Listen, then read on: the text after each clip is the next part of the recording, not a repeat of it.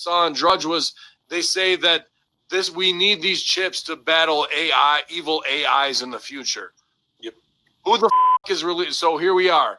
That's the fear, but look at the bigger problem, reaction, solution. Who has the controls of the AIs? Why would they be releasing them onto the public?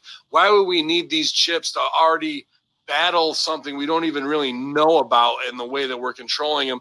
And chances are they have control over all of it anyway. So we're not even calling this out when it's right in front of our face once again. But that old model of no matter how much money you have and what it is not touchable, they can chop that off on January 20th and go, you know what? Nancy Pelosi's so over as the president.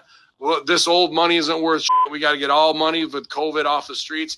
Everyone's going to get $50,000 in their new America accounts, and we're going forward with that. And that's going to be the new currency combined with whatever digital money you keep that too, sweetheart. Everyone's going to go, yay, that means I only had $1,000 cash in my house, so I can turn that in and get right into the whole system and get a free $50,000 in new America account credits that I can put towards my mortgage.